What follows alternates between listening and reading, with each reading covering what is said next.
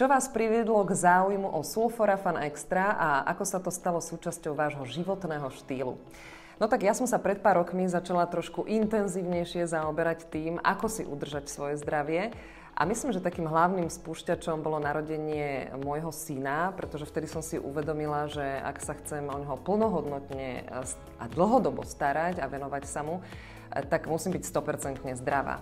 No a pri tom, ako som teda zbierala informácie, tak som natrafila aj na výskum pani profesorky Kataríny Horákovej práve o sulforafane.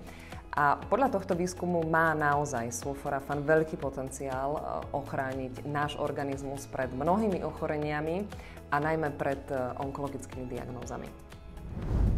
Netajíte sa tým, že zdravý životný štýl je pre vás dôležitý. Čo všetko robíte preto, aby ste ostali v dobrej mentálnej a fyzickej kondícii? Viete nám dať nejaké tipy?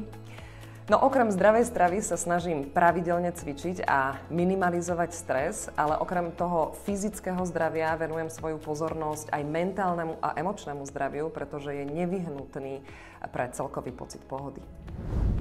Čo by ste odkázali našim sledovateľom, ktorí premýšľajú nad začatím užívania tejto účinnej látky? No, ja budem naozaj nesmierne šťastná, ak sa mi podarí inšpirovať ľudí k zdravšiemu životnému štýlu a najmä k prevencii, pretože som presvedčená o tom, že predchádzať chorobám je ďaleko lepšie, ako ich liečiť. Takže prevencia a veľa zdravia všetkým vám.